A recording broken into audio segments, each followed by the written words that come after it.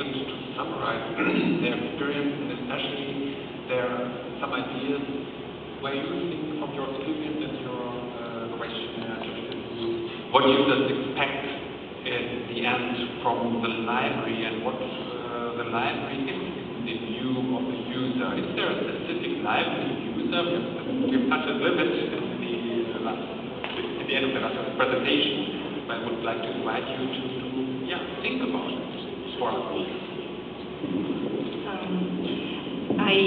In my talk, I mentioned that study from Denmark, from the DEF, I think Danish Electronic Library, something I don't know really, but they did this really amazing study where they segmented library users into 3 groups. There are the library enthusiasts, those who really care about the library, who will have a library Think account and use controlled vocabulary maybe on their library Think account.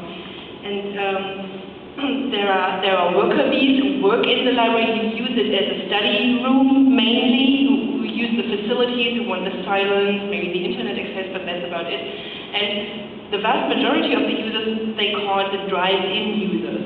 The users who just want to grab the textbook and go out again, or use a database maybe, but I don't know if that's part of the whole concept. What I like to stress is that I like this kind of segmentation, and this has helped me work with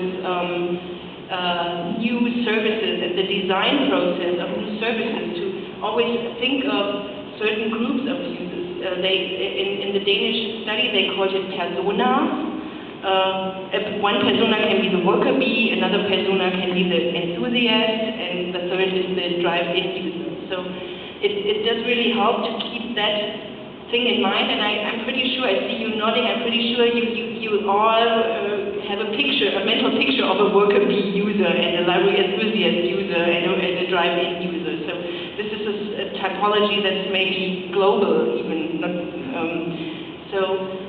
It does help, for me it helps thinking about these types of users when designing new services. And in the discussion after my talk, in the coffee break, I stressed one thing I want to stress here again, that working together with users is something that gives you a whole lot of energy. It's really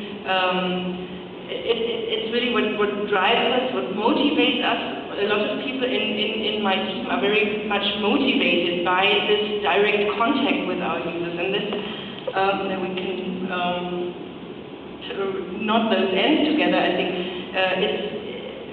it's a demand for us in the profession to be more apt, to be more open to users, to connect more, to ask them.